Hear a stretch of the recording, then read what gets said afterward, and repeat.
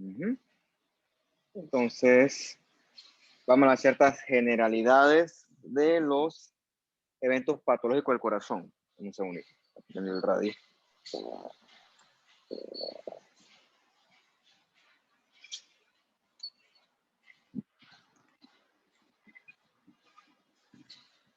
Bien, ahora sí ya. Entonces, el corazón, usted ya debe haber conocido su clase de anatomía, de fisiología, etcétera, biología, todo te hablan de que el corazón tiene funciones muy importantes a nivel del cuerpo. Hay funciones que son fundamentales. De hecho, si el corazón deja de latir, pues tú te mueres. Eso es un hecho ya conocido y reconocido. El corazón, desde el punto de vista mecánico, quizás es simple cómo funciona, pero es fundamental para el funcionamiento del cuerpo. Es requisito. Si eres estricto y te pones a contar las veces que el corazón late durante el año, vas a ver que late más de 40 millones, ese es el cálculo. Y mira todo lo que bombea de sangre al día, 7.500 litros. Cuando regresas a la parte de embriología, te das cuenta que el corazón surge a partir de un vaso que se va modificando. Y es necesario porque ese vaso tiene que existir, porque el corazón es el que provee el aporte sanguíneo y metabólico, etcétera, para que el resto de los órganos en desarrollo puedan seguir madurando y progresando. Entonces, el corazón, desde ese punto de vista, hace muchas cosas buenas, pero lo cierto es que el corazón también es sitio de mucha enfermedad. Y son las enfermedades relacionadas con el corazón y los vasos sanguíneos que estudiamos la semana pasada, las que se llevan el primer lugar a nivel de las muertes a nivel mundial. Como yo les he dicho anteriormente ya, hace 100 años quizás la primera causa de muerte eran las enfermedades infecciosas. Hoy en día la realidad es muy distinta. Hoy en día el primer lugar es de las enfermedades cardiovasculares. Entonces le pongo esta imagen para que usted vea que este es un corazón que está perfectamente normal. Siempre se dice el mito de que un corazón con grasa es un corazón patológico. Eso es falso, ¿ok? Eso es completamente falso y eso viene de la idea esta de que la grasa es mala. La grasa no es mala, la grasa en exceso es mala. Usted ya debe haber internalizado de las clases anteriores que un corazón enfermo realmente es un corazón que va a ser más que todo hipertrófico.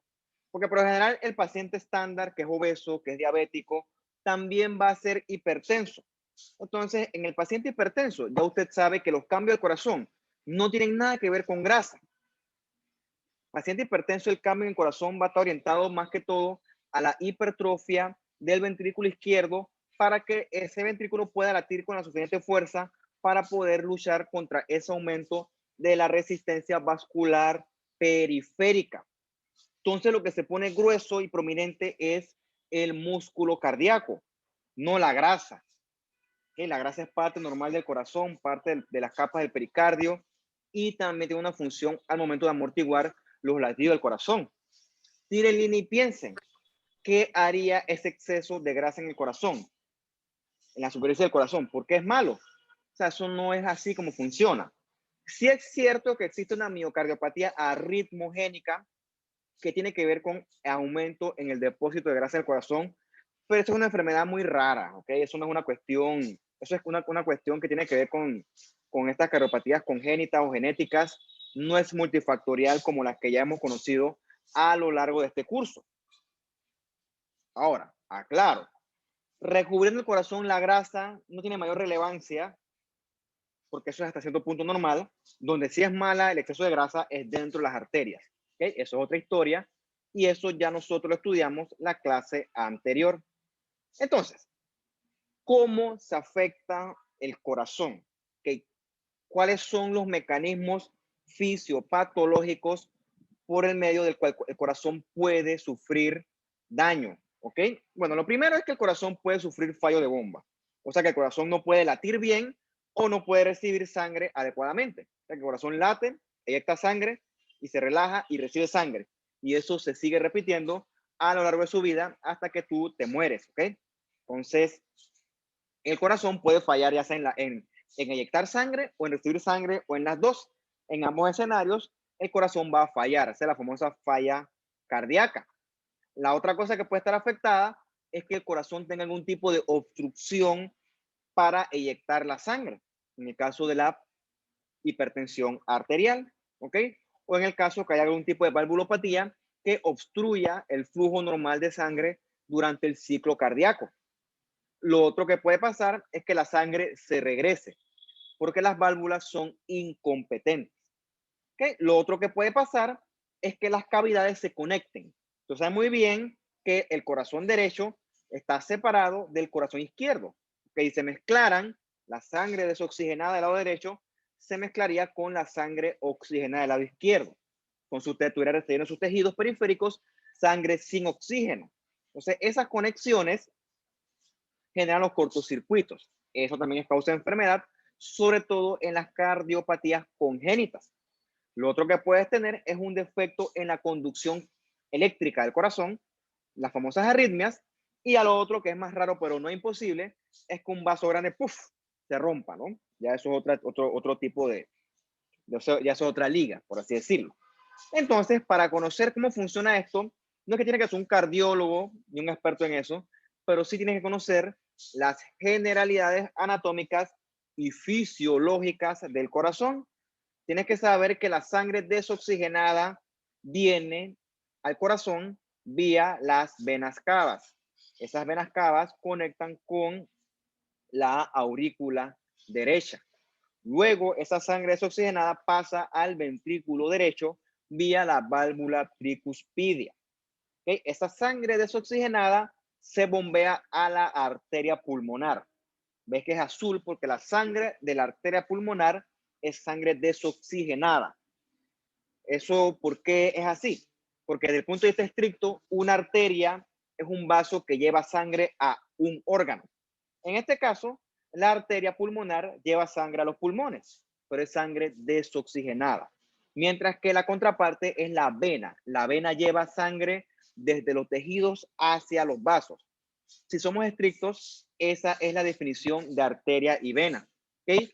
El contenido de oxígeno pues es irrelevante en esa definición estricta. Eso también aplica para la circulación fetal. Entonces, siguiendo con el ciclo cardíaco, esa sangre desoxigenada pasa a los respectivos pulmones vía las arterias pulmonares derecha e izquierda con cada respectivo pulmón. Tú te respiras, adquiere oxígeno del ambiente, pasa a sus alvéolos y en los alvéolos, en los capilares alveolares, se intercambia el oxígeno. Entonces esa sangre desoxigenada se oxigena y regresa de vuelta al corazón vía las venas pulmonares. Ves que la vena pulmonar en este dibujo está roja, porque a pesar de que son venas, es sangre que está ricamente oxigenada. De hecho, teóricamente es la sangre más oxigenada del cuerpo porque es la que viene reciente de los pulmones. Entonces, esas venas pulmonares llevan sangre hacia la aurícula izquierda. De ahí esa sangre pasa al ventrículo izquierdo vía la válvula mitral, también la llaman bicúspide, y entonces esa sangre bien oxigenada se bombea al resto del cuerpo desde el ventrículo izquierdo hacia la aorta y hacia todas las arterias de tu cuerpo. Eventualmente en los lechos capilares esa sangre vuelve a desoxigenarse y con el tiempo regresará de vuelta a la cava. Y todo eso pasa constantemente. Tú estés así durmiendo, hablando, escribiendo, estudiando, comiendo. Eso la única forma que pare es cuando tú te mueras, ¿ok? Pero eso pasa a cada rato y es constante. Entonces, todas esas cosas que le he hablado pueden fallar y el fallo de una de esas cosas conlleva enfermedad cardíaca. Otra cosa, pueden coexistir. ¿Okay? El paciente con falla cardíaca puede tener arritmias, puede tener valvulopatías, todas esas cosas pueden coexistir. Y la coexistencia de todos estos elementos hace que la enfermedad cardiovascular sea el número 1 como causa de morbi y mortalidad a nivel mundial, incluyendo Panamá. Bien, está bueno. Lo primero que vamos a hablar es de la falla cardíaca. Ok, el problema es que la falla cardíaca no es una entidad particular como tal. Ok, la falla cardíaca es la manifestación final de varios elementos que afectaron el corazón. Sé que es un término un poco enredado, pero bueno, no importa, porque para fines prácticos del curso y para fines prácticos míos como patólogo, a mí no me interesa saber lo más pique de la falla cardíaca. ¿Okay? Me interesa saber que la falla cardíaca es el resultado de algo que falló en el corazón. Entonces, la falla cardíaca es progresiva, ¿ok? Y con el tiempo va empeorando. Por eso es que se le considera de pobre pronóstico. Entonces, ¿qué ocurre? Durante la falla cardíaca, el corazón pierde la capacidad de bombear sangre para poder proveer esa sangre oxigenada a los tejidos. Entonces, como el corazón no puede bombear, lo que hace con el tiempo es bombear con más fuerza. Desde el punto de vista biofísico, eso es algo loable, pero con el tiempo el corazón se va a cansar de eso. ¿Sí? Eso es como mantener un carro funcionando constantemente a 7000 revoluciones. O sea, un rato lo puedes hacer, pero con el tiempo vas a sobrecargar el motor. O sea, imagínense que es un corazón, es un motor, siempre digo, ¿no? Un motor mecánico.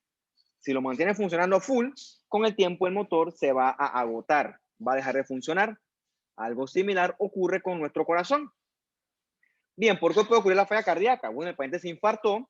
Cuando se infartó, esa área de isquemia no puede bombear adecuadamente porque las fibras cardíacas se murieron. Entonces el corazón tiene un fallo de bomba.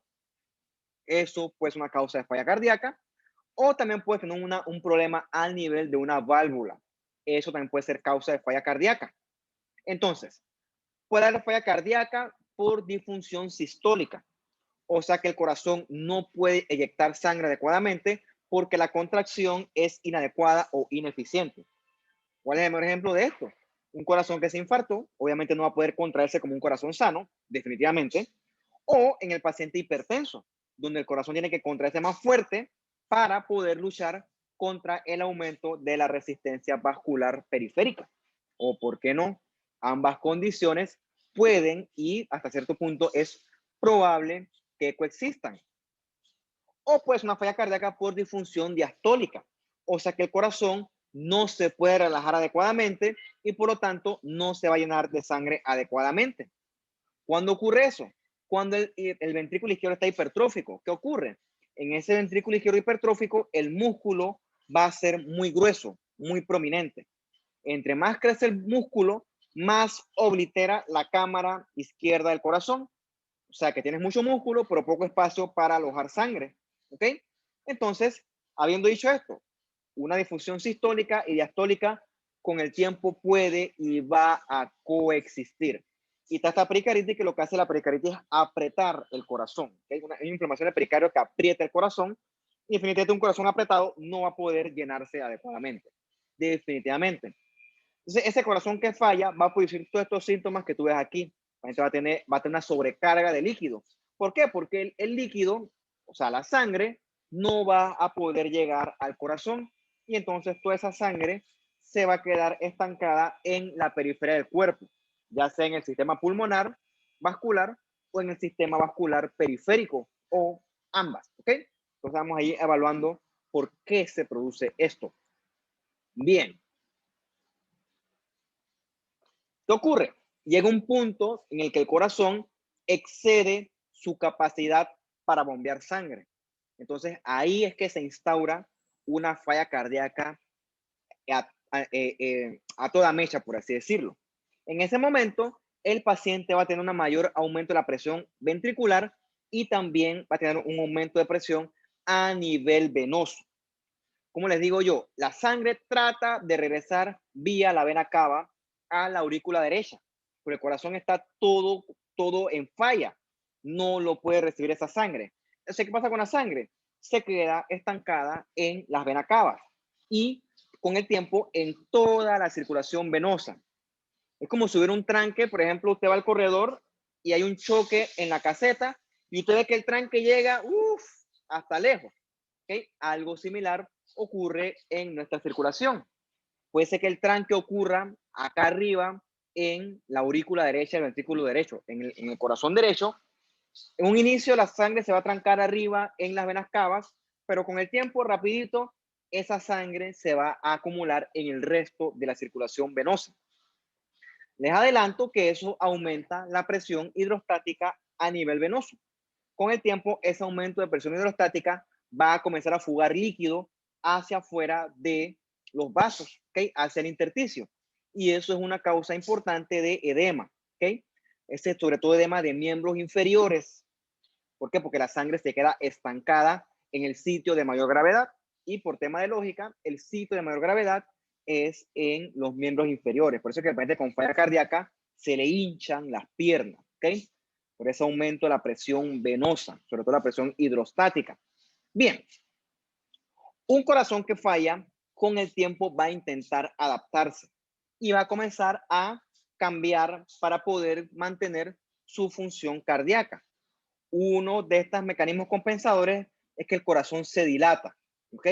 El corazón se dilata para aumentar la capacidad de alojar sangre de la cavidad y eso ocurre porque las fibras individuales también se estiran, ¿ok?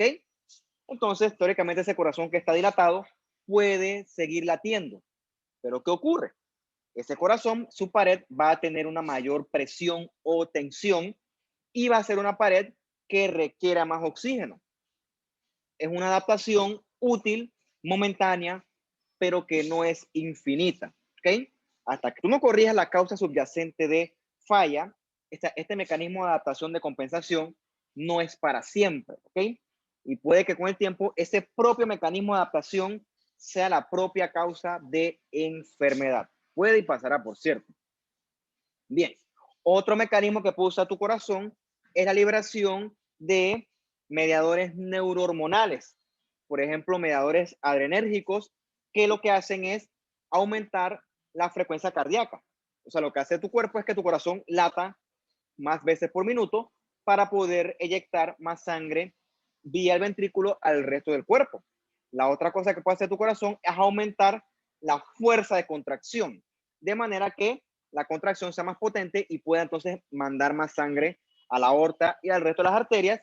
Y lo otro que hace el corazón es aumentar la resistencia vascular periférica. No lo hace el corazón por ciento, lo hacen los mediadores neurohormonales. De manera que la presión esté alta para que la mayor cantidad de sangre pueda llegar a los tejidos.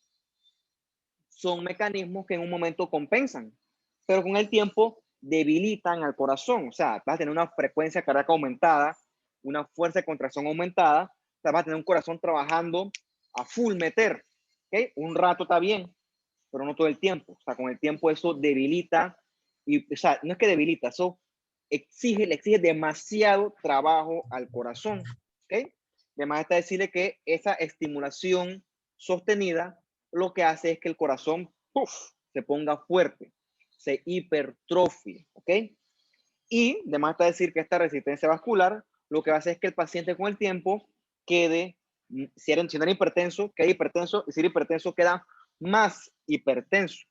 Entonces, años de que esos mecanismos compensadores estén andando sin oposición hacen que definitivamente el corazón cambie, ¿ok?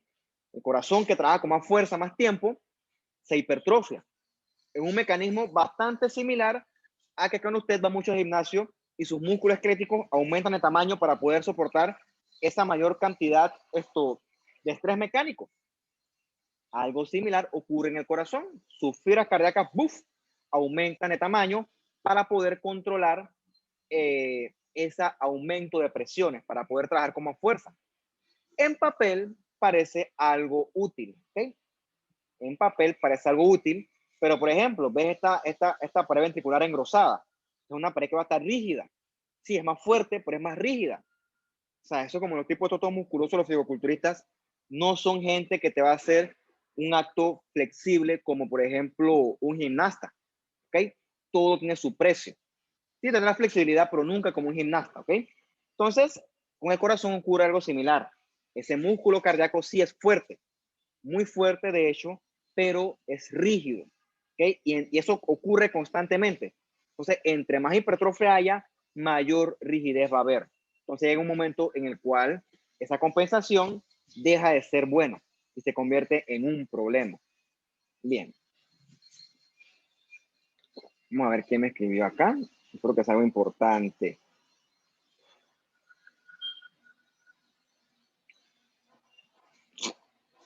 Bien.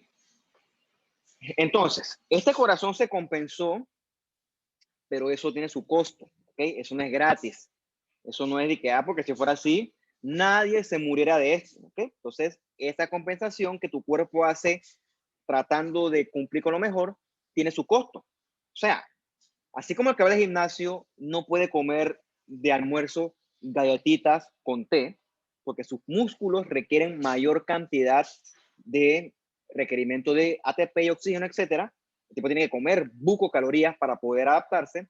Del mismo modo, el corazón hipertrófico también requiere más comida, requiere más glucosa, requiere más oxígeno.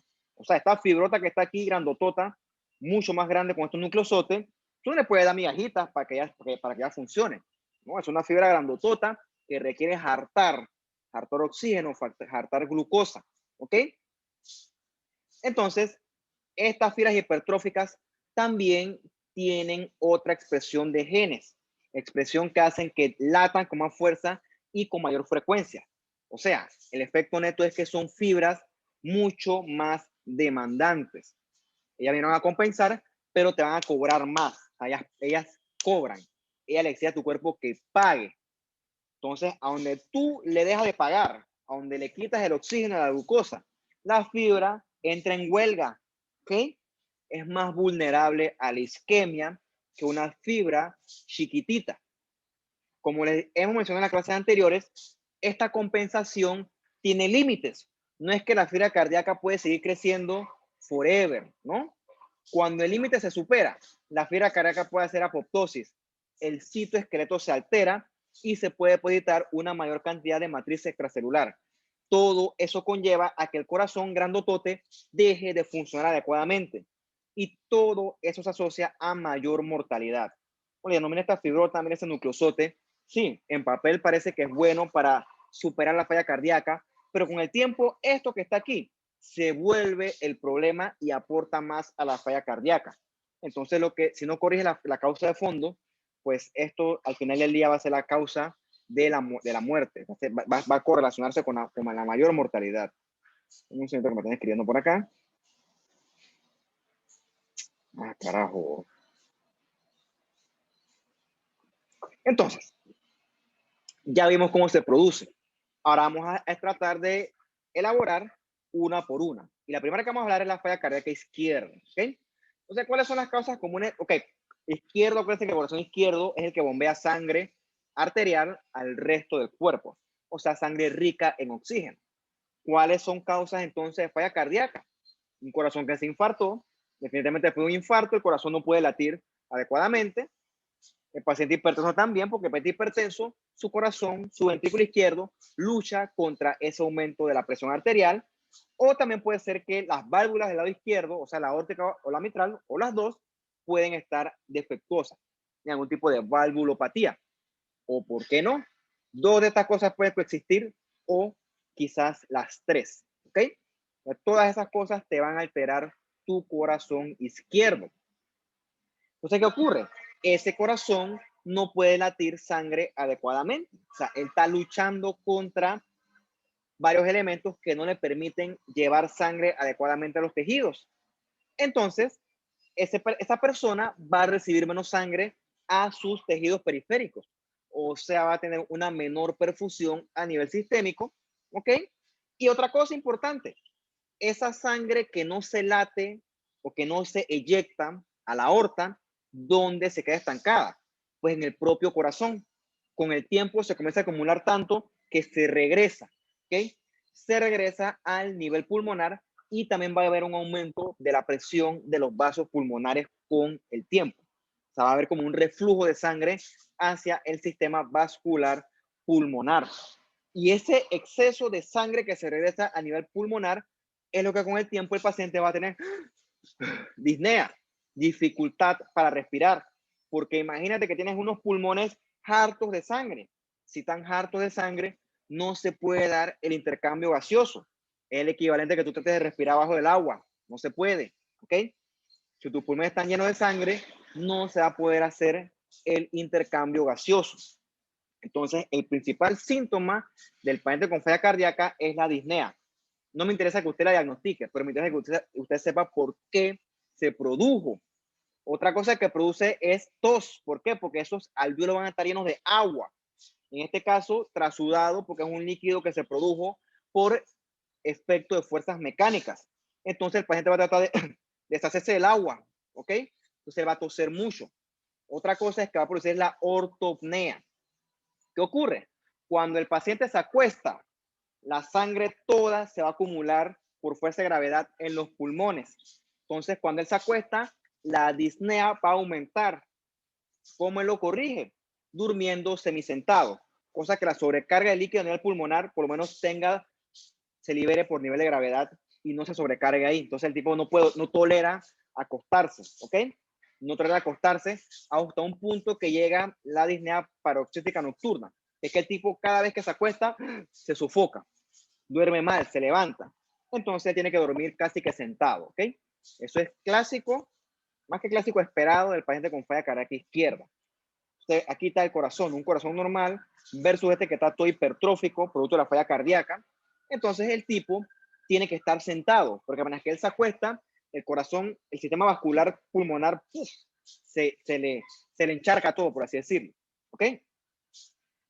Con el tiempo, la falla cardíaca izquierda puede también alterar o pegarle o afectar el lado derecho. Entonces también el retorno venoso derecho se va a afectar y ves cómo se le acumula al paciente el líquido en el resto del cuerpo. ¿Okay? Hace edema periférico. También puedes ver que se va azulito. ¿Por qué? Porque esa sangre que se acumula es sangre desoxigenada. ¿Ok? Sangre desoxigenada. Eso es lo que ocurre en la historia natural de la falla cardíaca. Cuando digo historia natural me refiero a que es una falla cardíaca que no es tratada, que no se manejó. ¿Okay? Cuando tú la manejas, gran parte de estas cosas se mejoran. Bien, con el tiempo, el corazón va a aumentar de tamaño, porque recuerda que ese corazón está tratando de luchar para llevar sangre al resto del cuerpo. Va a haber mayor estimulación adrenérgica, o sea, el corazón va a estar taquicárdico, va a latir mucho por minuto con mayor fuerza, ¿ok? Con el tiempo usted puede escuchar otros ruidos, yo sé que eso es de medicina, pero bueno, para que sepan que eso se manifiesta a nivel de la auscultación y con el tiempo eso te puede llevar a una arritmia tipo fibrilación atrial o auricular. O sea, esos son cambios que con el tiempo pueden ocurrir. Un poquito de agua aquí. Me está pegando todo el sol aquí. Qué locura. Todo sudado, no importa. Igual yo me baño ahorita después que termino. Bien, ¿qué otra cosa ocurre? Como el corazón no puede latir adecuadamente, a tu riñón le va a llegar menos sangre. Entonces, tu riñón va a percibir que hay una menor perfusión a nivel renal. Entonces, tu riñón se va a confundir, ¿ok? Y él va a creer que el paciente está hipovolémico, cuando lo que en verdad tiene es una distribución inadecuada del volumen. Entonces, tu riñón va a sentir que no le llega sangre. Y entonces el riñón va a activar el sistema renina-angiotensina-aldosterona. Usted ya sabe que la aldosterona a nivel renal lo que va a hacer es que va a comenzar a reabsorber mayor cantidad de sodio. O sea, el sodio siempre va acompañado de agua. O sea, toda esa agua extra va a volver a regresar a tus vasos. Mayor cantidad de agua quiere decir que la presión arterial va a aumentar. Eso es lógico. Si tú le pones mayor cantidad de volumen al vaso, la presión por tema de biofísica tiene que aumentar. Entonces, ese paciente que está sobrecargado de líquidos, gracias al riñón, va a quedar hiper sobrecargado de líquidos. Al final del día, eso es lo que va a empeorar los edemas, sobre todo el edema pulmonar. O sea, que el paciente va a tener mayor cantidad de síntomas respiratorios. Conociendo desde el punto de vista estrictamente fisiopatológico y mecánico estas alteraciones, lo lógico es que el manejo vaya a estar enfocado a la sobrecarga de líquidos. O sea, el paciente, el problema es que tiene demasiado líquido circulando. Entonces, ¿cómo yo evito que el paciente se sobrecargue de líquido? Bueno, lo primero es con ingesta. Este paciente se le restringe el consumo de sal, porque repito, la sal siempre se acompaña de mayor cantidad de agua. Lo mejor. La sal se acompaña de agua. Se mete come sal, todo se acompaña de agua. Esa agua eventualmente va a quedar en sus vasos sanguíneos y regresa al corazón y todo se recircula. Lo otro que serían son los diuréticos. Los diuréticos son medicamentos que, palabras más, palabras menos, hacen que el riñón excrete mayor cantidad de volumen. O sea que el paciente va a orinar. Todo eso que él orina se va a perder del cuerpo. Entonces, la sobrecarga de volumen mejora. Lo otro que se pueden usar son medicamentos que aumenten la contractibilidad del corazón. ¿Okay? Son, no voy a entrar porque eso es medicina, pero es para que sepan, no son medicamentos que hacen que el corazón se contraiga con mayor fuerza. Eso ayuda un poco en un principio. Lo otro que se pueden usar son los IECAs. IECAs son inhibidores de la enzima convertidora de angiotensina. O sea, le pegan a este eje de acá arriba. Hacen varios efectos, pero también se oponen a la restricción de sodio y agua. ¿Ok? Hacen un efecto contrario a lo que haría la aldosterona. Y con el tiempo se ha demostrado que remodelan el corazón. Eso más que todo es terapéutica, pero es para que usted sepa cómo estas cosas se pueden manejar. ¿Cuáles son YECA famosos? El famoso captopril o el perindopril, que si tú escuchas noticias, sabrás que siempre están agotados en la caja de Seguro Social. ¿Por qué? Porque lo usan mucho los pacientes hipertensos. ¿Ok? Si se agota, quiere decir que nosotros estamos llenos de pacientes hipertensos. Y eso es completamente cierto. Eso es verdad. ¿Ok? Entonces, esto es lo que ocurre con el paciente que está con falla cardíaca. Su corazón no puede latir adecuadamente. ¿Okay? El corazón está sobrecargado de líquido. Entonces, con el tiempo, esa sobrecarga de líquido se va a regresar de vuelta al sistema venoso. Esto va a aumentar la presión hidrostática a nivel de los vasos de la circulación venosa. Entonces, la sangre va a comenzar a fugar líquido hacia el parénquima venoso. En un inicio, hacia los espacios alveolares, y si es mucho, también puede hacer una efusión a nivel pleural. O sea, va a tener un sistema pulmonar sobrecargado de líquido. O sea, definitivamente esto le provoca al paciente dificultad para respirar. Con el tiempo, estos pulmones sobrecargados de líquidos también van a afectar el corazón derecho. Por lo tanto, también va a haber dificultad para que la sangre llegue al corazón derecho. Si la sangre tiene dificultad para llegar al corazón derecho, ¿dónde se va a quedar estancada? Pues en el sistema venoso, ¿ok?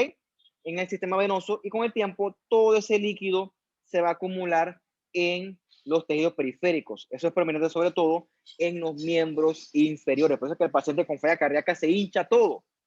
Se hincha todo porque el tipo está sobrecargado de volumen, sobrecargado de agua. Literalmente está todo encharcado. Entonces, este manejo es lógico porque creer que mejora estos síntomas. Claro, yo se lo pongo de una forma simplificada, pero créanme que en la práctica esto es mucho más complicado. Pero repito, ustedes no son médicos ni les interesa porque no es su carrera, pero es para que conozcan. Es como si fuera un carro, ¿no? Es como reparado desde el punto de vista mecánico. Tiene sus otras variables, pero repito, eso no tiene que estar enfocado para ustedes. Bien. Denme un segundito.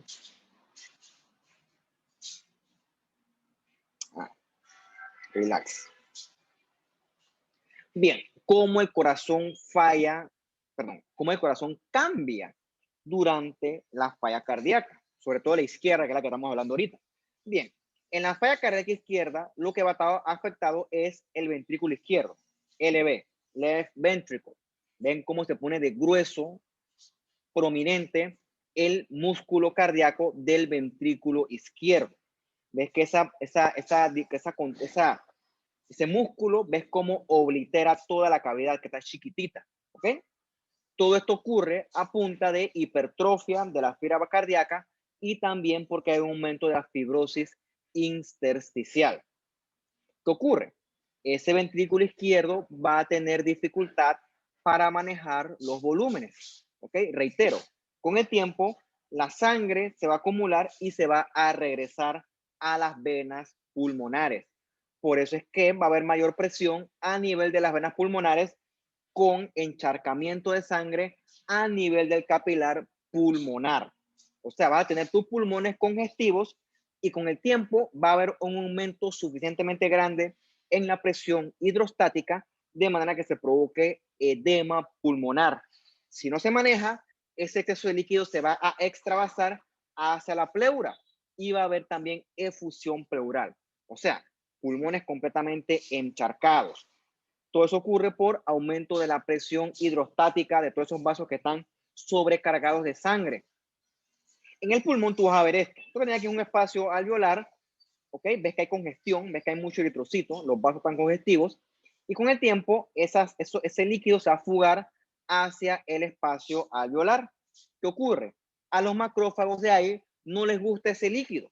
Entonces van a comenzar a fagocitar ese exceso de líquido que también puede estar con eritrocitos. Entonces lo que tú vas a ver es macrófagos que están fagocitando eritrocitos dentro del espacio alveolar, ¿ok? Esos macrófagos se les llama también células de falla cardíaca. Se llama heart failure cells, ¿ok? Son macrófagos que en su interior tienen hemosiderina. ¿Por qué? Porque la hemosiderina es el producto del metabolismo del eritrocito, el hierro esencialmente. O sea, como tú ves estas células aquí, probablemente el paciente tiene algún grado de falla cardíaca. Bien. Ve este corazón acá, desde el punto de vista anatómico, este es el ventrículo izquierdo. ¿Ves cómo está de grueso? Y ves cómo la cavidad está chiquitita, ¿ok? Entonces, esto es un corte que sería más que todo, puede ser coronal, ¿sí? Coronal está bien dicho, quizás también sagital, depende de cómo lo veas. Vamos a decir que coronal, ¿ok? Para que todos quedemos bien. ¿Ves cómo está grueso el músculo? O sea, un corazón de un paciente con falla cardíaca, cuya manifestación morfológica es la hipertrofia del ventrículo izquierdo, ¿ok? En este corte axial, tú comparas cómo está de prominente el ventrículo. O sea, está súper gordo el músculo, está súper grande. Es lógico pensar que ese corazón eventualmente va a retornar sangre al pulmón y provoca todo lo que vimos en la diapositiva anterior. Con el tiempo también se puede dilatar la cámara cardíaca y tienes una cámara que está dilatada, ¿no? Una cardiopatía dilatada. También puede ocurrir eso. Solo lo menciono porque eso es más de medicina. Y entonces tú ves acá cómo las fibras cardíacas que eran normalitas antes, fibras cardíacas estriadas, núcleos centrales con sus rayetas que son los discos intracalados o intracalares, esto es un corazón normal versus esta D que es un corazón hipertrófico, ves los nucleosotes. ¿Qué ocurre en hipertrofia? Tanto el núcleo como el citoplasma aumentan sus elementos. Todo eso se traduce en un aumento peso por peso de la fibra cardíaca individual.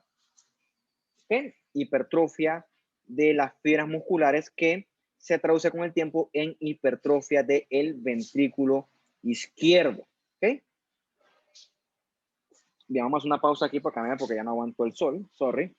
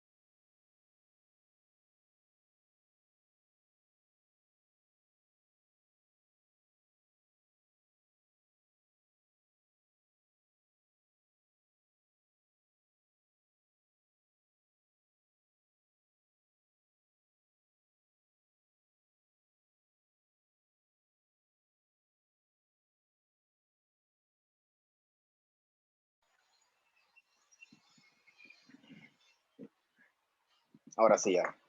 Cambié de spot. Parado, pero no hace tanto sol. Bien, con respecto a las cardiopatías congénitas, son cardiopatías que están presentes al momento del nacimiento. La verdad es que yo no voy a hablar mucho de eso porque eso es mucho de cardiología, más que todo del pediátrico. Entonces, solamente cositas que, para que usted entienda cómo el corazón puede estar defectuoso en los bebés. Siempre les digo yo, la estadística que le presento aquí es del libro, no necesariamente la estadística de Panamá. No conozco la estadística de Panamá porque no la he investigado. Si usted quiere investigarla, pues esto es completamente libre. Lo que le digo es que sepa, mantenga siempre en cuenta que los datos estadísticos numéricos que les pongo aquí son datos del libro, o sea, de Estados Unidos. ¿Okay? Yo sí sé que las cardiopatías congénitas son relativamente comunes. Tanto como 20-30% no me consta, pero sí son relativamente comunes. Otra cosa que es cierta es que en el pasado, y en el pasado me refiero a hace 40 años, eran mortales. O sea, un paciente que nacía con eso se moría. Pero hoy en día, gracias al tratamiento, los pacientes se salvan, ¿ok? Y no es que van a vivir 100 años, pero aumenta mucho la sobrevida.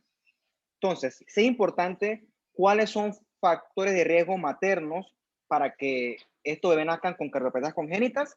Bueno, la rubiola, que por suerte en nuestro medio no existe, gracias a la vacunación masiva, que los antivacunas hoy en día están en boga porque ellos no creen en las vacunas, porque resulta que la ciencia es un tema de creencia. Eso es lo bonito de la ciencia. Alguna yo lo leí. La ciencia no tiene que ver con que tú creas o no. La ciencia no es un tema de fe. La ciencia es objetiva. El hecho de que tú no creas en la ciencia no quiere decir que sea mentira. ¿Okay? Entonces, gracias a la ciencia, aquí en Panamá no hay rubiola.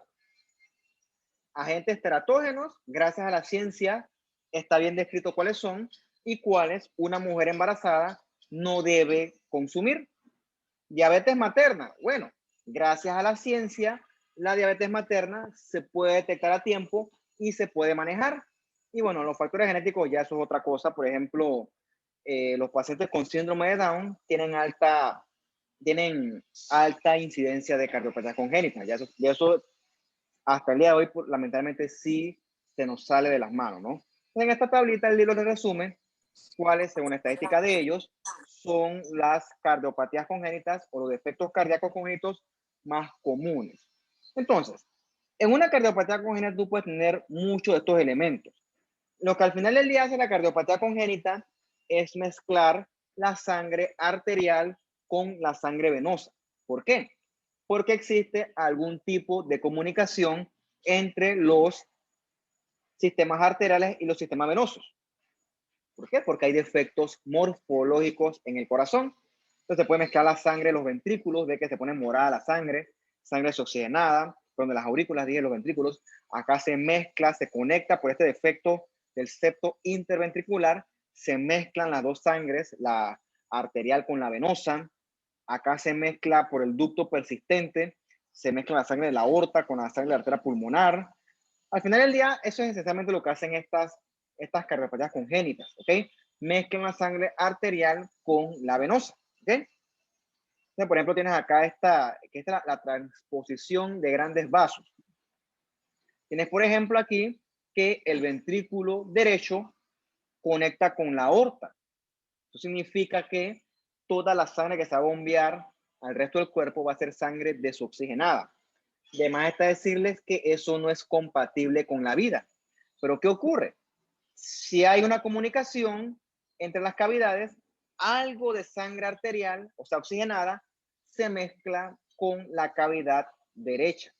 Y entonces se va a bombear sangre parcialmente oxigenada al resto del cuerpo. Sin este cortocircuito de aquí y de acá, eso fuera incompatible con la vida. Entonces, gran parte de estas cardiopatías congénitas, la solución es quirúrgica. O sea, el paciente hay que operarlo, ¿ok? Si no, no va a poder vivir. Eso es cierto. Bien. Ahora sí vamos a hablar de algo que sí nos atañe, que es el famoso infarto al corazón, que en términos médicos nosotros con más elegancia le llamamos la cardiopatía isquémica. ¿Qué se produce? Porque en el miocardio, pues, hay isquemia. ¿Sí? Y usted sabe por qué ocurre eso. O sea, o mejor dicho, usted conoce los términos. ¿Y por qué se produce la isquemia? ¿Por qué? Porque hay un desbalance entre consumo de oxígeno y aporte de oxígeno. ¿Okay? Por así decirlo, el corazón se fatiga porque no le está llegando el oxígeno que él requiere. ¿Cuál es la causa más común de esto?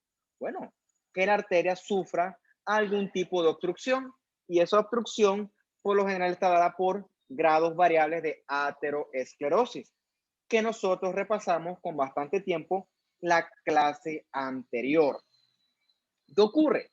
La fibra cardíaca es muy demandante de energía. O sea, ella requiere mucho ATP y ese ATP se lo provee la fosforilación oxidativa. O sea, que apenas que tú le cortes el oxígeno al corazón, el corazón sale de control. ¿Ok? Es muy demandante de oxígeno.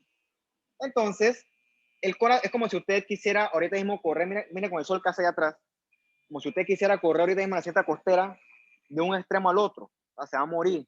O sea, no va a poder porque eso es muy... Ah, sin desayunar. Eso...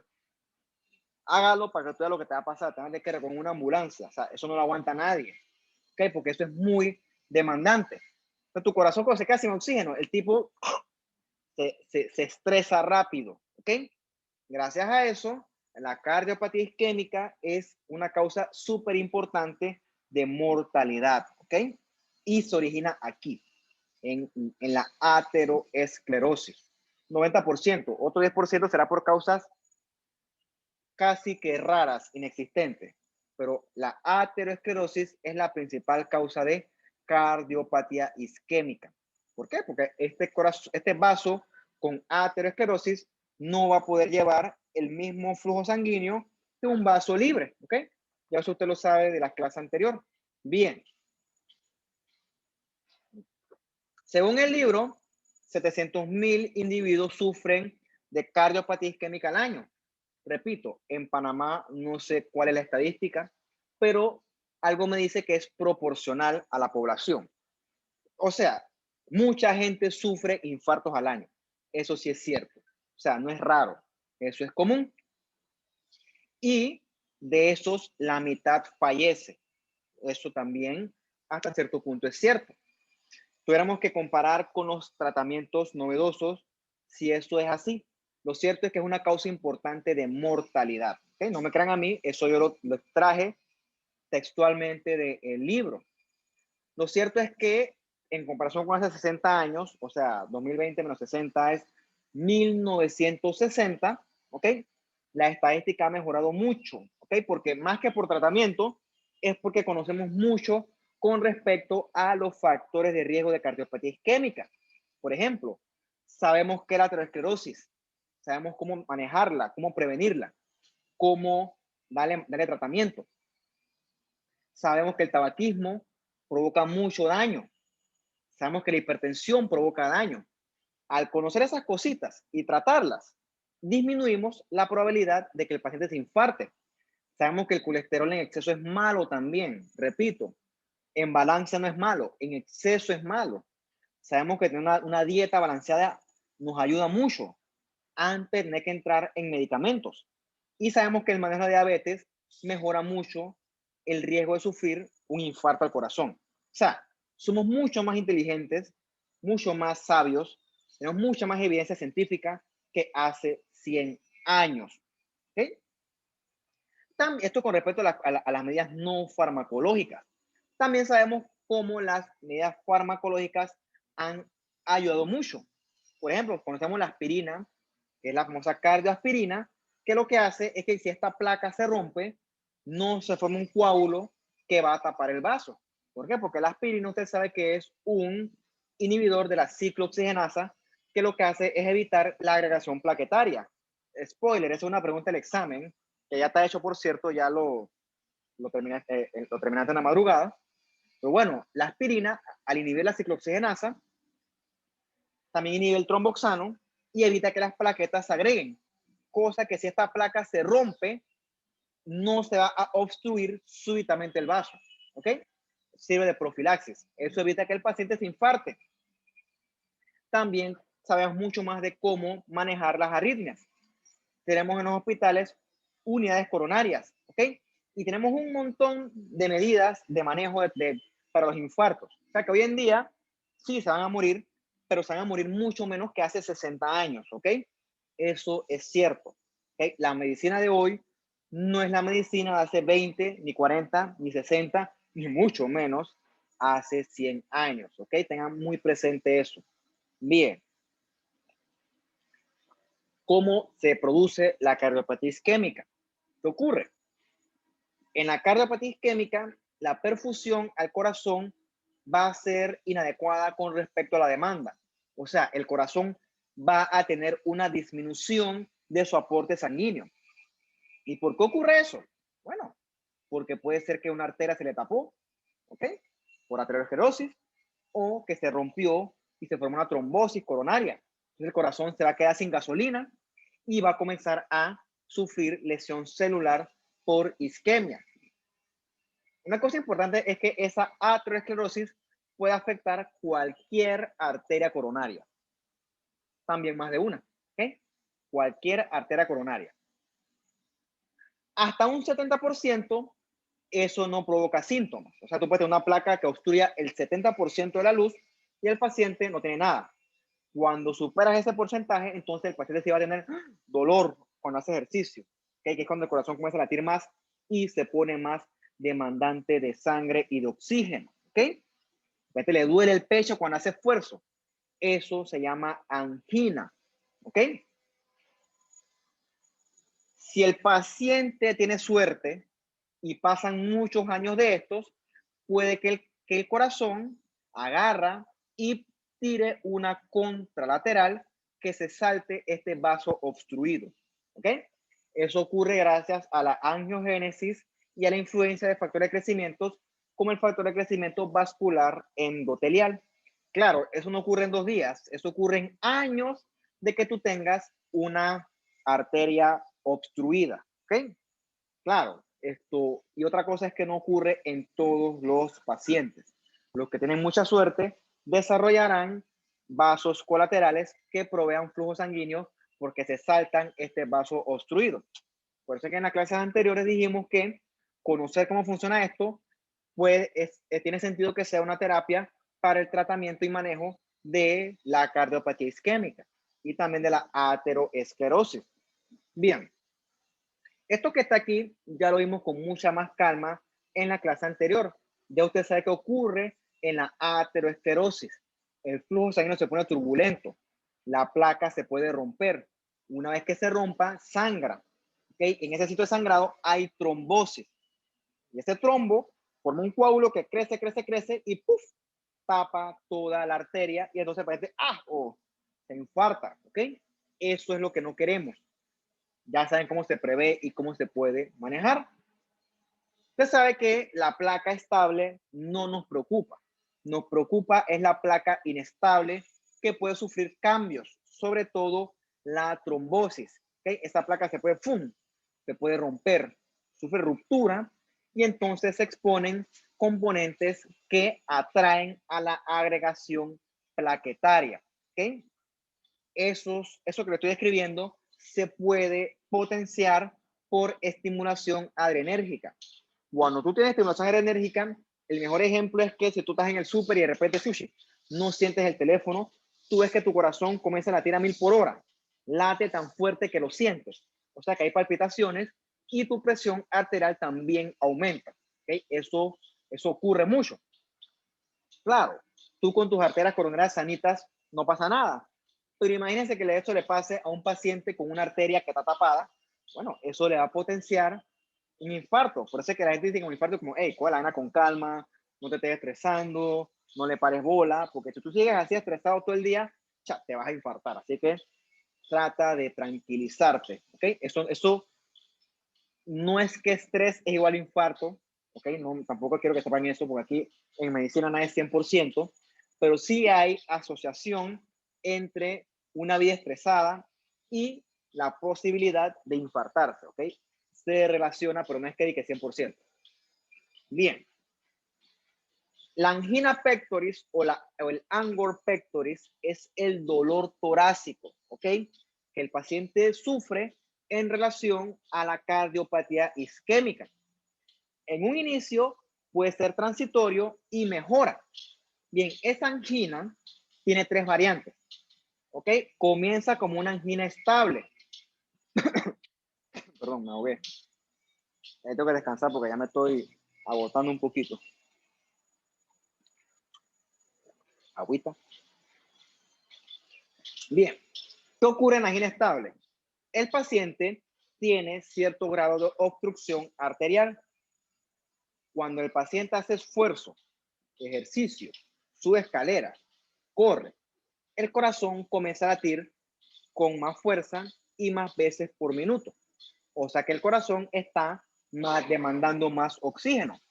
Como su arteria está tapada, él no le puede llevar sangre a ese corazón en mayor demanda.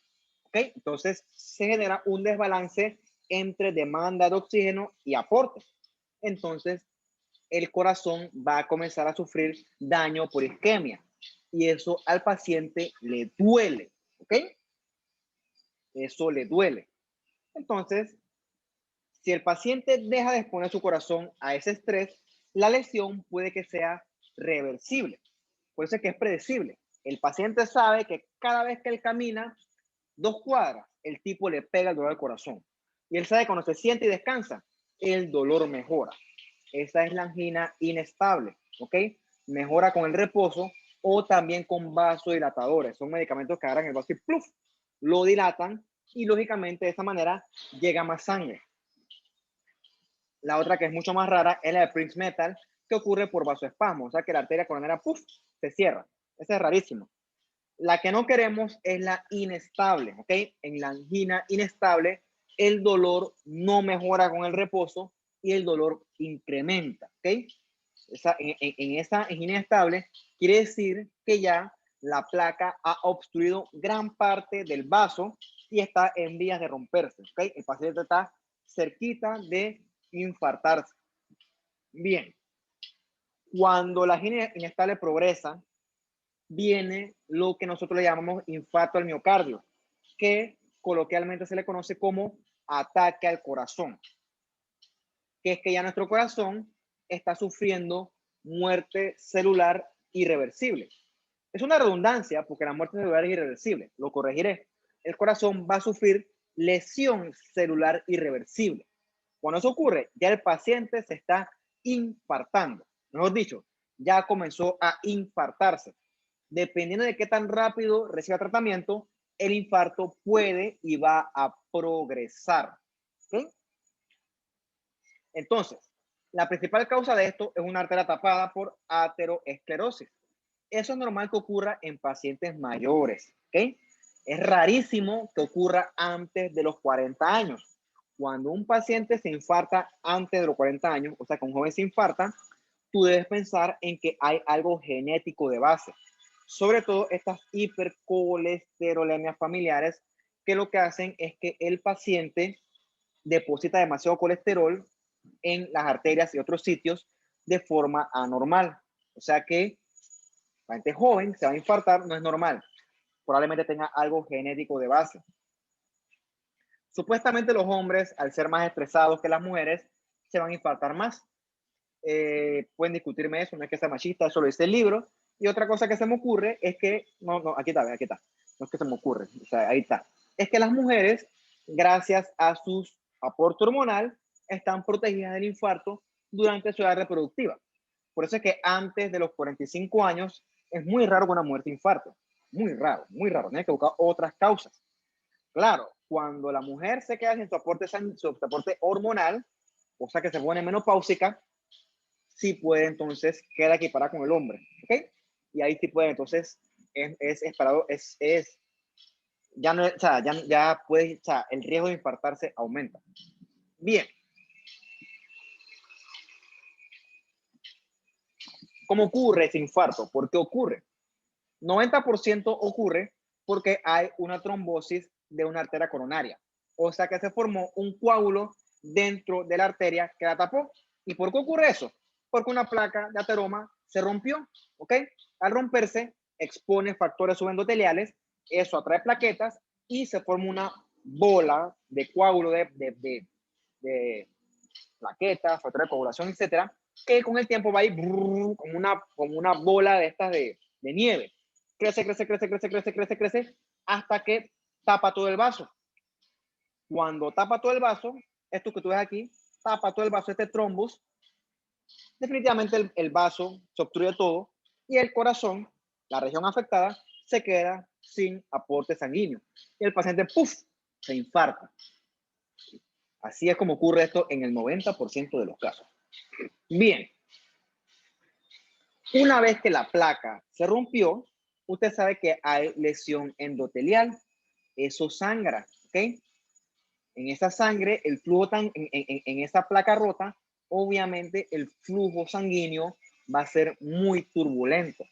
Todo eso va a favorecer a la adherencia. ¿Qué te pasó? Ah, ya la. Todo eso va a favorecer a la agregación plaquetaria, ¿ok? Entonces, aquí se forma esta avalancha de eritrocitos. Entonces, entre mayor eritrocitos y plaquetas haya, más rápido se va a formar el coágulo y el paciente con más rapidez se va a infartar. Por eso es que en este sitio es útil la aspirina, porque la aspirina inhibe la ciclooxigenasa, el tromboxano A2 y evita la agregación plaquetaria. No evita la placa de ateroma, pero sí evita que cuando se rompa se forme el coágulo con tanta velocidad. ¿Okay?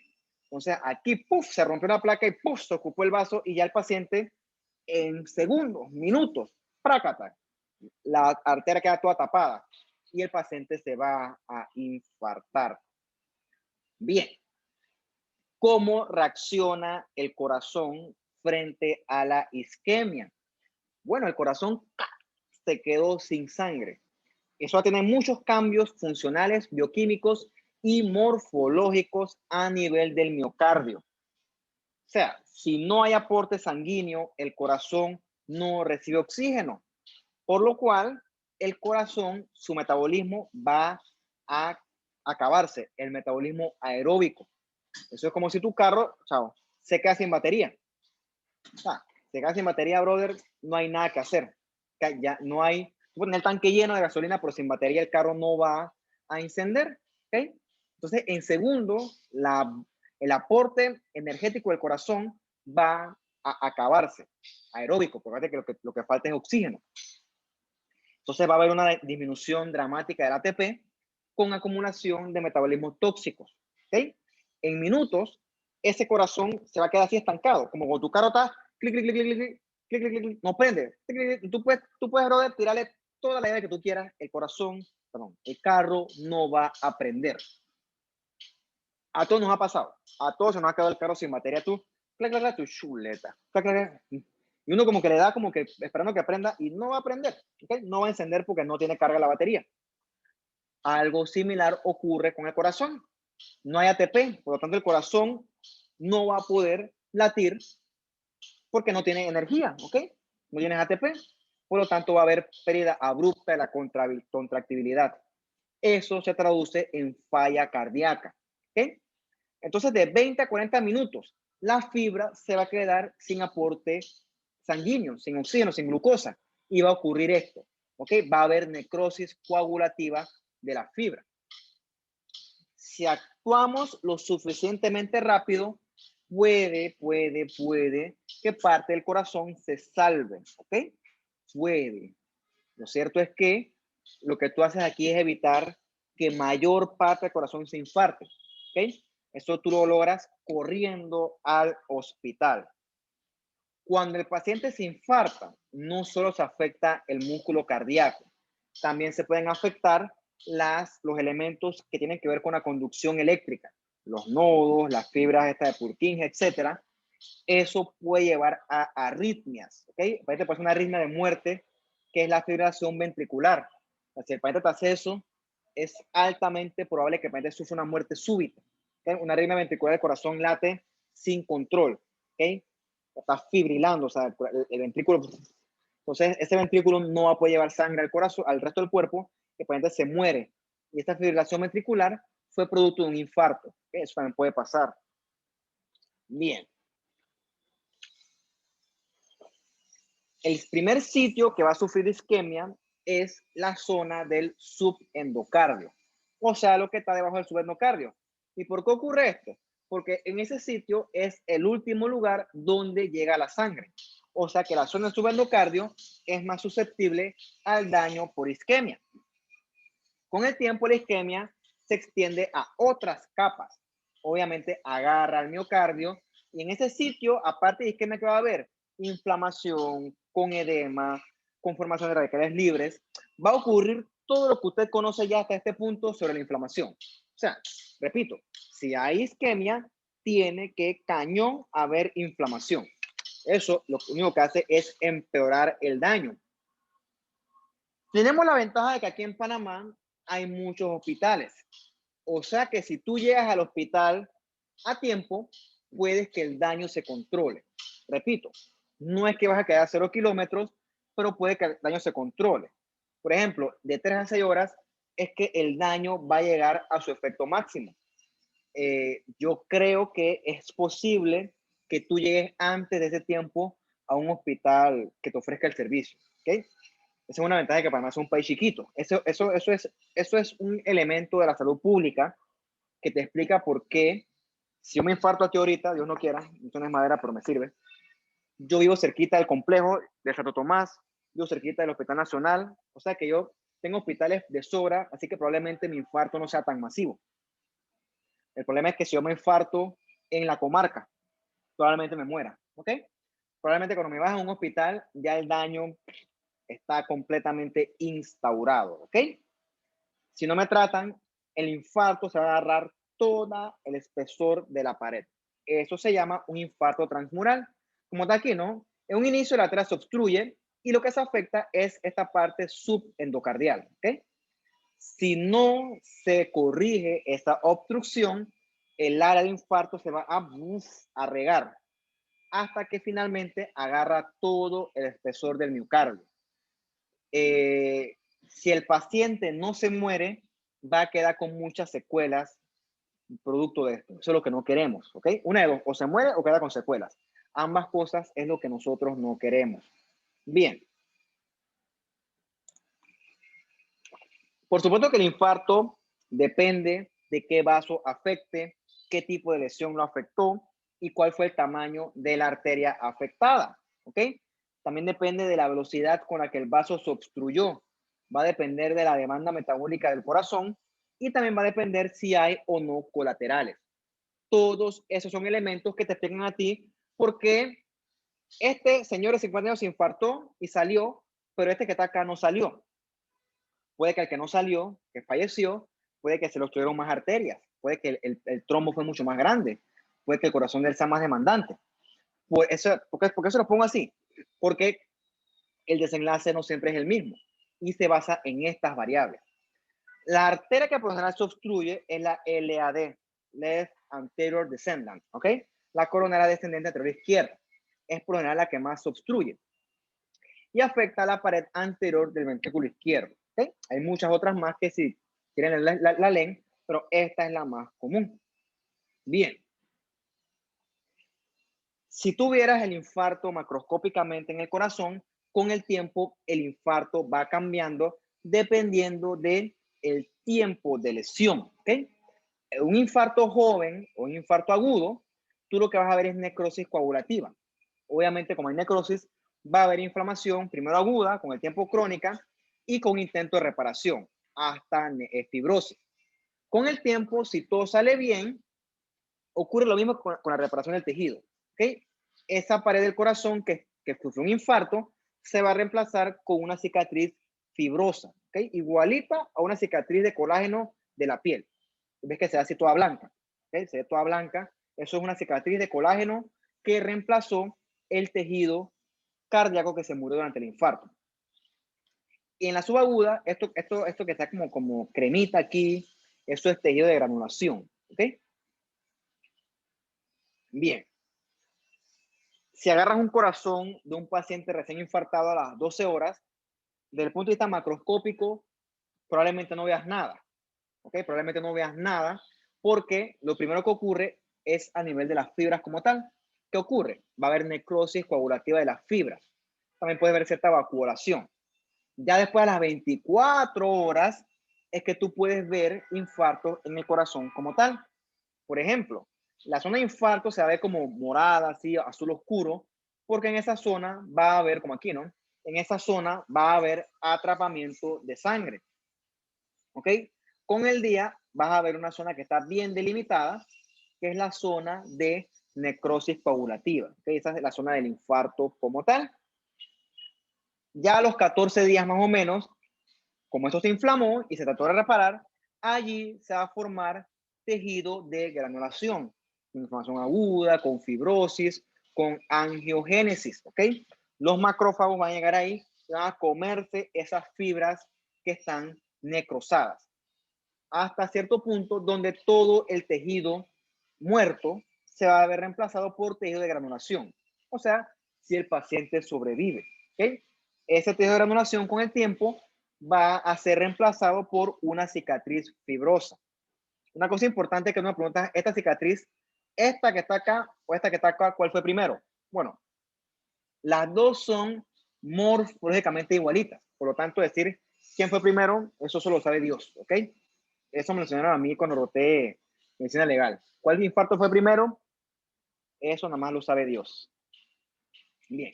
Entonces tú ves todos estos cambios microscópicos durante el infarto. Ves aquí estas fibras como están llenas de polimorfos nucleares. Eso es anormal. Eso es anormal. O sea, el corazón tiene inflamación aguda. ¿Okay? También ves como los núcleos casi ni se ven. Se ven como el fantasma de lo que fue antes un núcleo. Entonces, eso es porque aquí hay necrosis coagulativa con su respectiva inflamación acompañada. Ve aquí estos espacios blancos con edema. ¿Okay? Eso es lo que ocurre. Ese edema ocurre por los cambios vasculares propios de la necrosis que produce inflamación aguda. Y con el tiempo, se le hace este masón, ves que hay mucho azul. Hay mucho depósito de colágeno en ese corazón que está sufriendo lesión. O mejor dicho, que con el tiempo trató de repararse. Todos esos son cambios que ocurren durante la lesión aguda por necrosis y posteriormente con el intento de reparación del corazón. O sea, jamás tú debes encontrar inflamación aguda en el corazón, jamás, eso es completamente anormal. Bien.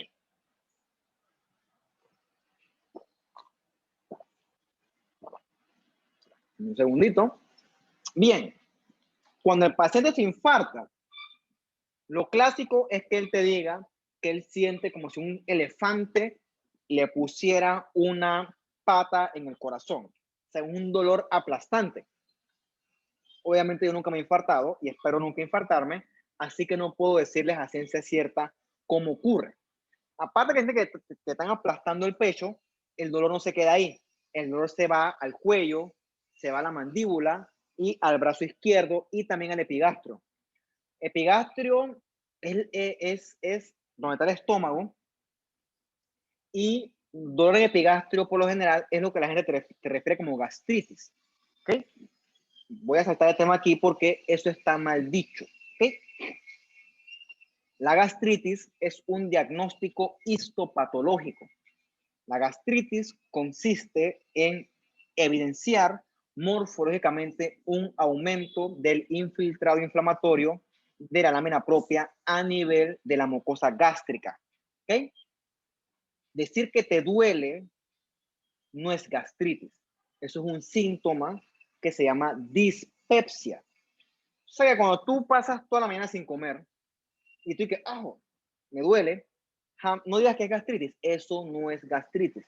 Eso lo que es dispepsia. ¿Okay? O también epigastralgia, que son similares. Dispepsia o epigastralgia, pero nunca gastritis. Eso está mal dicho. Entonces te ponen a hablar cosas que no sabes. Bien, regresando al corazón, ¿por qué les digo eso? Porque hay veces que el dolor de la dispepsia se puede confundir con un infarto. ¿Ok? La gente que tiene una gastritis, que esta tiene una gastritis importante por pylori quizás, confunden ese dolor con un dolor de infarto. ¿Okay? Son imitadores que hay que descartar. O lo contrario también ocurre, ¿no? El paciente que tiene infarto no se puede sentir que tenga un dolor tipo gastritis, por una gastritis, mejor dicho, una dispepsia, entonces son cosas que hay que descartar. Una cosa importante es que este dolor no va a mejorar con el reposo. También es curioso que el paciente diabético, como tiene su neuropatía, el tipo tiene su mecanismo, su sensación de dolor está disminuida, está bien descrito que esos pacientes te pueden hacer infartos sin dolor, ¿ok? Infartos silentes. El paciente va a estar todo ansioso, el que está infartado, el tipo va a estar porque él siente que se va a morir, ¿ok? Va a sudar mucho, se llama diaforesis y también puede vomitar, tiene náuseas, ¿ok? Eso es esperado también.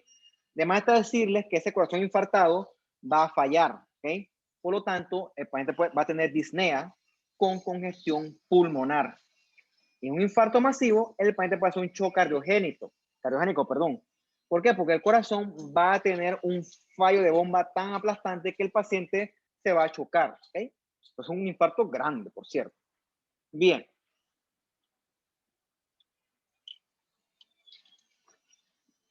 Si el paciente entiende su condición y corre al hospital o llama a la alerta, probablemente con tratamiento pueda salvarse. Repito, no va a salir 0 kilómetros, pero puede que no se muera y puede que las complicaciones que él tenga sean lo más sutiles posible. ¿Qué complicaciones hay posterior al manejo? Puede que el corazón no se contraiga adecuadamente, eso es lógico. Puede que los músculos papilares fallen, puede que haya una falla cardíaca como tal, porque el corazón, recuerda que el área que se infartó se va a reemplazar por tejido fibroso que no se puede contraer igual que el resto de las fibras cardíacas. Fíjate que le pones un parche al corazón. Digo, el paciente no se va a morir, pero el corazón no va a quedar como estaba antes. ¿Okay? Entonces, durante la falla cardíaca, perdón, durante el infarto, el corazón también puede, esto, ¿ves? Se puede perforar, ¿ok? Una ruptura de miocardio y eso es fatal. Eso ocurre sobre todo cuando hay tejido de granulación, ¿ok? El tejido de granulación, usted sabe que es un tejido que es suave, que es un tejido que es maleable y frente a una contracción, ¡puf!, se puede romper, ¿ok? Eso es fatal. El paciente también puede quedar con arritmias, con muchas complicaciones, ¿ok? Entonces, la pata del corazón no afectada se va a hipertrofiar para compensar ese afectado, ese corazón que está afectado y es considerado como un mecanismo compensador. ¿Okay? Entonces, estas son complicaciones. ¿Ves aquí como una ruptura de la pared del ventrículo? Eso es fatal, por cierto. Acá también se rompió este corazón. Uf, se perforó. Porque en ese sitio donde hay tejido de granulación, eso es más suave y frente a una contracción violenta, ¡puf!, se rompe, ¿ok? Se rompe.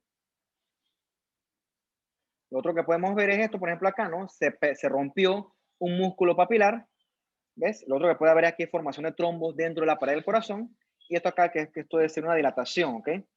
Del corazón. Bien. Cuando la arteria se obstruye, al paciente le pueden hacer los famosos cateterismos, ¿no? Que es que el cardiólogo o el que le corresponda entra por acá abajo y llega hasta la arteria obstruida. Ahí pone una mallita que puff, se expande y permite que la sangre pase a través del corazón. Esos son los famosos stents, ¿no? Los cateterismos. Para que usted conozca un poquito las cosas que se hacen. Obviamente yo no hago eso, eso no es de mi área. Pero para que usted lo conozca, ¿no? Cositas que son curiosas. Esto salva al paciente de un infarto. ¿Por qué? Porque el corazón vuelve, perdón, la arteria afectada vuelve a estar permeable. Bien,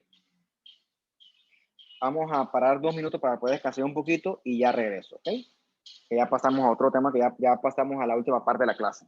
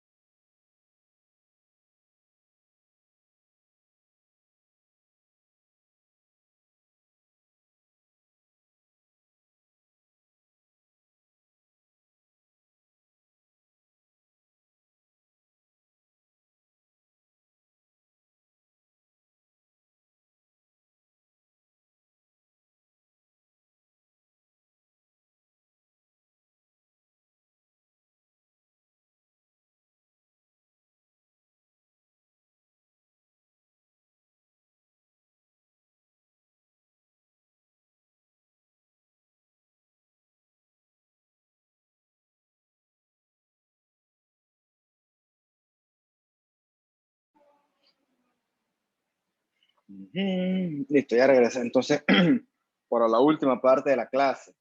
Entonces, hay escenarios donde puede haber muerte súbita cardíaca. ¿Ok?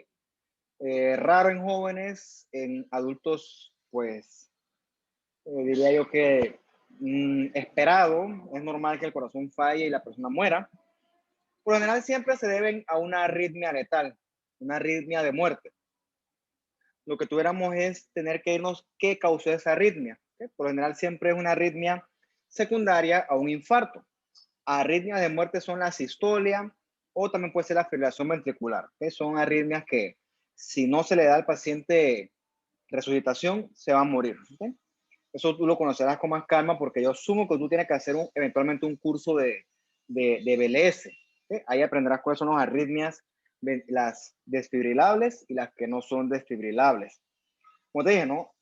Esta muerte súbita cardíaca subyace también a una enfermedad coronaria, que subyace a un infarto. O sea que todo es como todo se conecta. Entre los jóvenes que hacen muerte súbita cardíaca, obviamente el joven no tiene por qué tener una aterosclerosis que lo comprometa tanto. Entonces, hay muchas causas descritas de muerte súbita cardíaca en jóvenes, sobre todo los atletas, estos tipos que están ahí normal, se desmayan. Muchas, pero la que más yo he leído a veces y he escuchado es esta miocardiopatía dilatada e hipertrófica, o la hipertrofia como tal.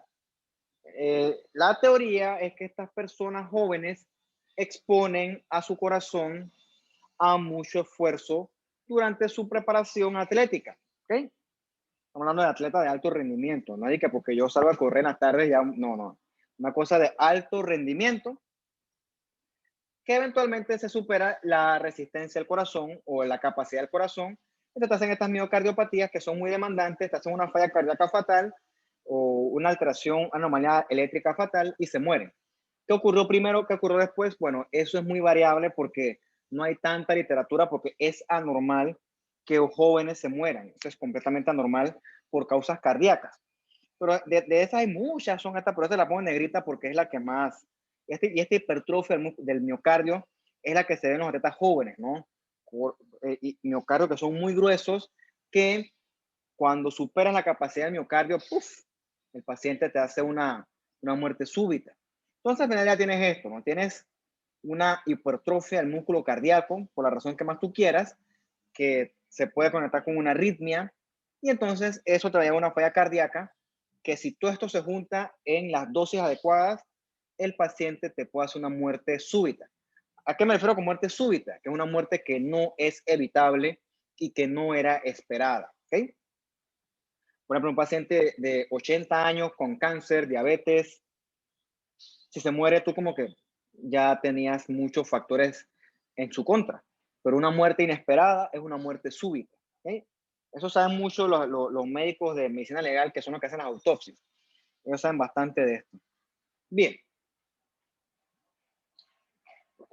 también puede haber una enfermedad hipertensiva del corazón. Lógicamente se asocia con la hipertensión arterial, donde el corazón tiene que luchar con mucha fuerza para poder con el tiempo vencer y superar al aumento de la presión arterial. Cuando eso ocurre, el corazón se transforma a este corazón hipertrófico que está aquí, con hipertrofia del ventrículo izquierdo, y todo eso se relaciona con gran parte de las cosas que hemos hablado desde el comienzo de la clase. La hipertensión arterial como tal también afecta a muchos órganos. ¿Por qué? Porque el vaso con el tiempo está tan chiquitito, que hay tan vasoconstreñido, con tanta vasoconstricción, que afecta órganos blancos, el corazón, el cerebro, los riñones, y también está afectada, los ojos también se afectan. ¿Okay? Entonces, este ventrículo va a crecer de tamaño con la intención de vencer esa hipertensión. Pero recuerda, eso no es eterno, eso tiene límites. Obviamente este corazón tan gordo, tan fuerte, por así decirlo, es un corazón muy demandante. Con el tiempo va a fallar, te va a hacer falla cardíaca y con el tiempo hasta incluso te puede hacer una muerte súbita. ¿Okay? Todo producto de una hipertensión de larga data. ¿Okay? Súbito no es. Entonces, este ventrículo que tú ves acá izquierdo, con el tiempo se va a poner muy prominente con la intención de poder vencer la hipertensión arterial, ¿ok? Entonces, lo característico del paciente hipertenso, ¿ok? Con enfermedad hipertensiva del corazón, es la hipertrofia del ventrículo izquierdo. O sea, ese es como el hallazgo morfológico característico. O sea, hasta que se muestre lo contrario, un ventrículo izquierdo hipertrófico es secundario a hipertensión. Una cosa importante es que el corazón de un adulto estándar llega hasta los 500 gramos, ¿ok? Cuando el corazón pesa más de eso, tú tienes un corazón agrandado, ¿ok? Lo normal es aquí hasta 360, pero cuando el corazón supera los 500, ya eso es un corazón patológico, un corazón enfermo. Y este grosor del ventrículo izquierdo debe llegar hasta máximo 2 centímetros. Cuando este peso y este tamaño es superado, ese es un corazón que está sufriendo daño, en este caso es daño crónico. ¿Ok? Si la hipertensión no se corrige, el corazón va a seguir aumentando de grosor, se va a poner más rígido, ¿ok? Y es cierto que él se contrae con mucha fuerza, pero esa rigidez no va a permitir que se llene adecuadamente. Con el tiempo, si eso no se corrige, el corazón te va a hacer una falla cardíaca del lado izquierdo y también con el tiempo la cavidad del ventrículo izquierdo se va a dilatar. Entonces, tú vas a ver los cambios clásicos asociados a hipertrofia. Vas a ver las fibras cardíacas agrandadas con núcleos grandototes, los núcleos esos boxcar, que son grandototes y bien hipercromáticos, y te vas a ver mucho tejido fibroso en el intersticio de las células. Este es un corazón enfermo, un corazón patológico. Las válvulas también pueden sufrir daños. Colectivamente se les llama valvulopatías. Las valvulopatías se pueden dividir en aquellas que no permiten la salida de sangre, o sea que están cerradas o estenosadas, o la válvula que permite el retorno hacia atrás, o sea, retrógrado de la sangre, o sea, una válvula que es insuficiente, una válvula que permite regurgitación. ¿Ok? Entonces, las estenosis valvulares se pueden dar como procesos degenerativos propios de la calcificación, bueno, propios de la edad, como la calcificación, ¿no? Eso es perfectamente normal. O en la insuficiencia puede ser que la válvula no se pueda cerrar completamente. Y cuando el corazón late, parte de la sangre se regresa hacia atrás. ¿Ok? Eso es relativamente esperado, ¿no? Eso no es tan raro como parece. De hecho, esa sangre que pasa por la válvula normal es la que genera los famosos soplos. La válvula, para que la sangre pase, tiene que estar abierta. Si la válvula está cerrada, la sangre pasa con turbulencia. O sea, hace así. Y eso es lo que genera lo que la gente le llama coloquialmente soplos. ¿Ok? Por lo general, cuando hay soplos, es porque tienes una válvula cardíaca que está fallando.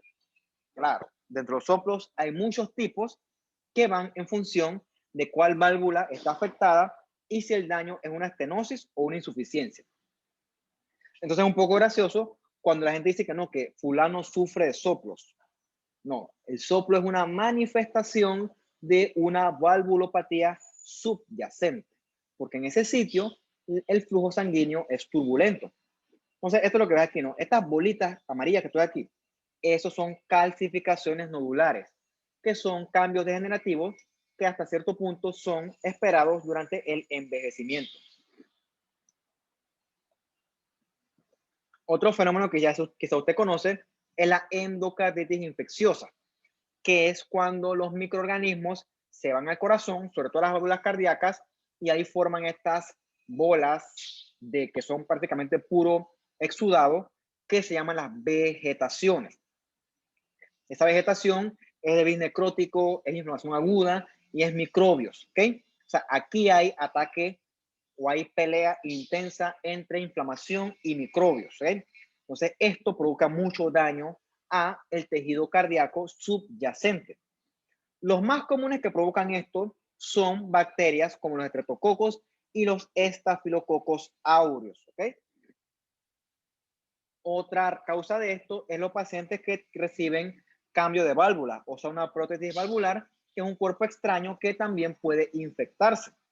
Entonces, ¿cómo llegó un bicho al corazón? Bueno, el mejor ejemplo es, por ejemplo, problema con esa muletilla, es las personas que se inyectan drogas intravenosas.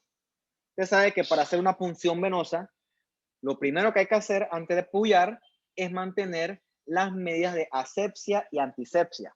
Guantes, alcohol, que todo esté limpio.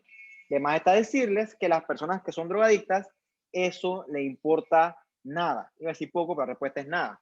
Entonces esos tipos se inyectan agujas cochinas, infectadas, sucias, que cargan bacterias, entre otras cosas, ¿ok? Entonces esas bacterias que entran a la sangre eventualmente pueden llegar y llegarán al corazón y provocarán endocarditis. También con la le van a sacar las muelas, ¿ok?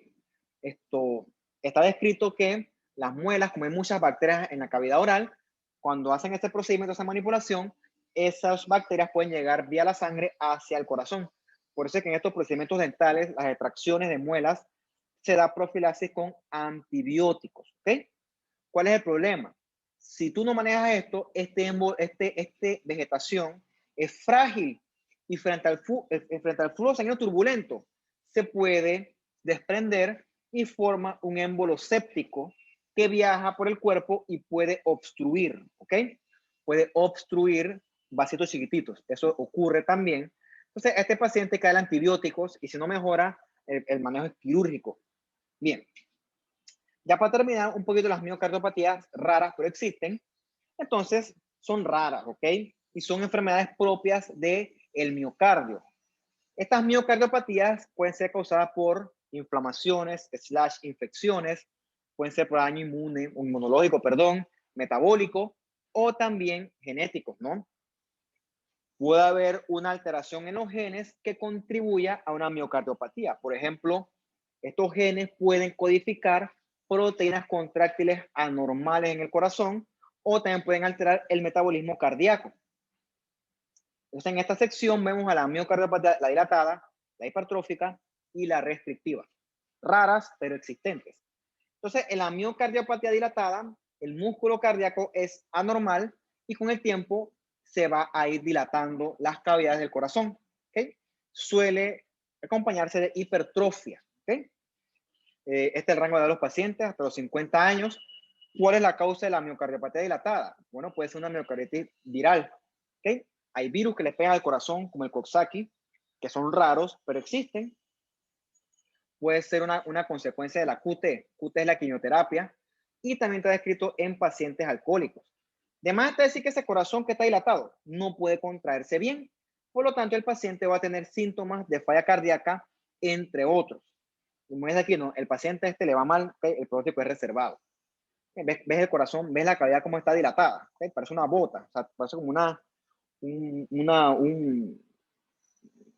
se me fue el nombre, pero como si fuera así como un matraz de esos que terminan así como engordito abajo, ¿no? Todo dilatado, ¿ok? Y entonces ve aquí las fibras cardíacas que están hipertróficas y es el azul como resalta la fibrosis, ¿no? Como un masón. Todo el colágeno ahí. Entonces, la otra parte es la hipertrófica, ¿ok? Que lo que ocurre aquí es que hay una hipertrofia anormal del corazón. No necesariamente tiene que ver con una hipertrofia secundaria a hipertensión arterial. Esa es la diferencia. Porque aquí la hipertrofia es desproporcionada. O sea, el corazón está tan hipertrófico que no permite el llenado durante la diástole. ¿Ok?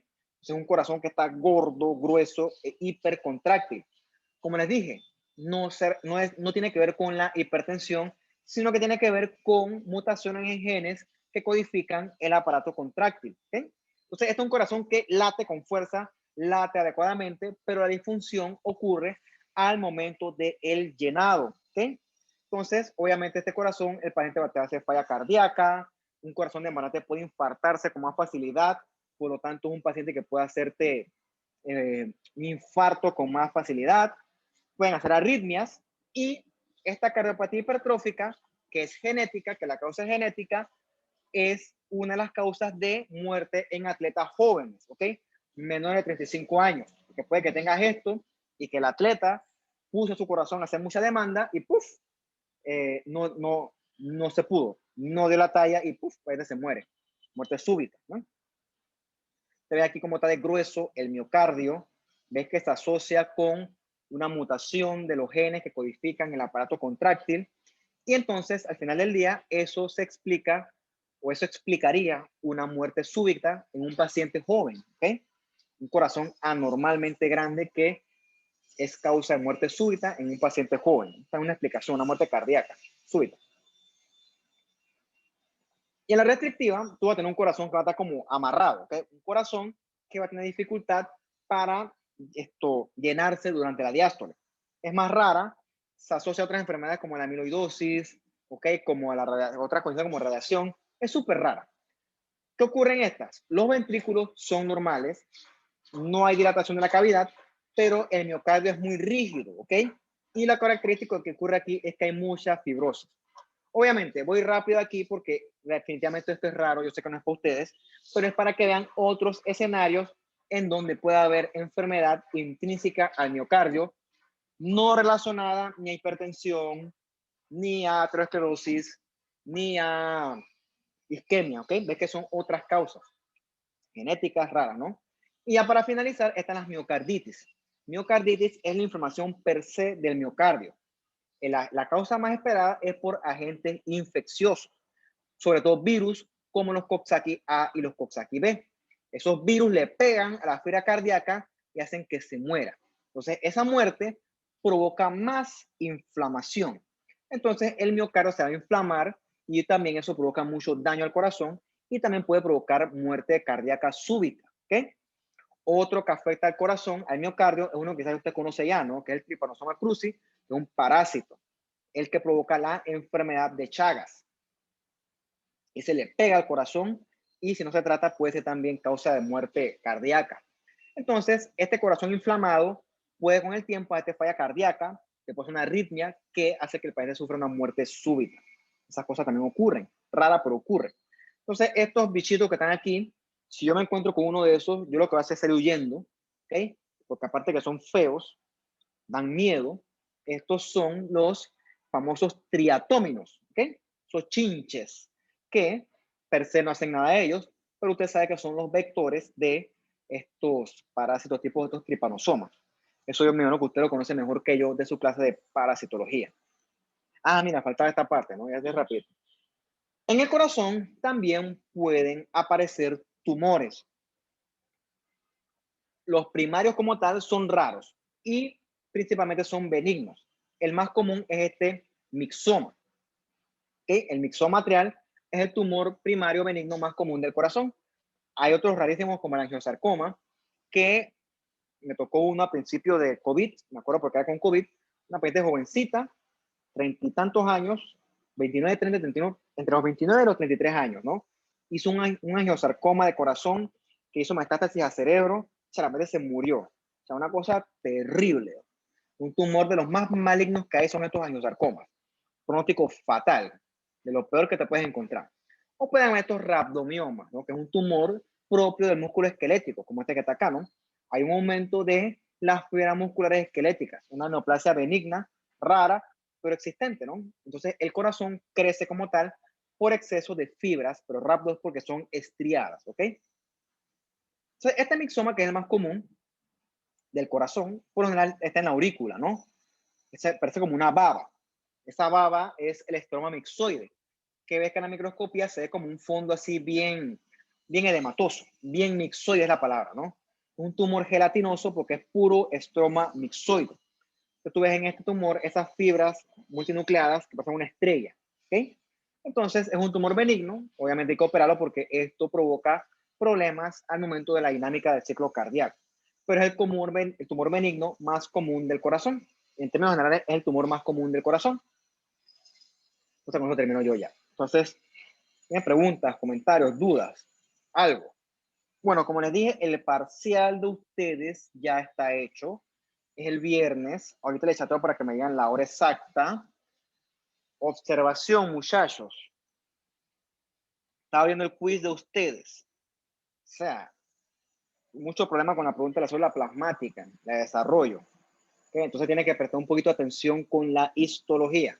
O sea, yo sobreentiendo que usted maneja histología. O sea, una célula plasmática es una célula relativamente fácil de identificar, pero me doy cuenta que no. Entonces les recomiendo que se vayan y se repasen todo lo que es morfología de los leucocitos. O sea, porque es que eso no solamente es patología, eso es histología, eso es hematología. Son cosas que usted da en muchas otras materias. Entonces, cuando yo veo que usted no reconoce una célula plasmática, chuzo, yo me asusto. Porque no es pedirle que usted me diga, ah, es una célula plasmática. No, la función.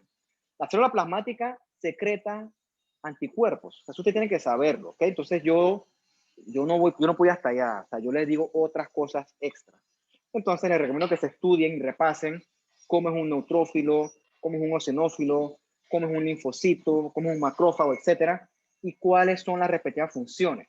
¿Okay? Porque eso es de ustedes. O sea, cuando uno les manda el hemograma y hagan el conteo manual, eso no lo hace el médico. Eso lo hace el tecnólogo médico, que es el experto en morfología en los prótesis de sangre periférica. Entonces, esa es mi recomendación para ustedes. Entonces, ya el quiz está habilitado para que revisen cuáles fueron sus errores. Y si tienen preguntas al respecto, pues siempre son bienvenidas. Nada más que no ahorita, porque estoy por el hospital apuradamente. ¿Okay? Pero cuando saque tiempo les contesto. Entonces, cuídense, que estén bien. Y entonces, vamos a coordinar para ver el viernes cómo hacemos con su examen parcial, la hora. ¿Okay? Me recuerdan porque he estado bien enredado y la verdad es que solo lo hice, no lo he programado todavía. Así que por favor me digan con eso y chao, cuídense, que estén bien. ¿Okay? Bye. Hasta luego, Chao, profe. profesor. Chao, chao, chao, chao.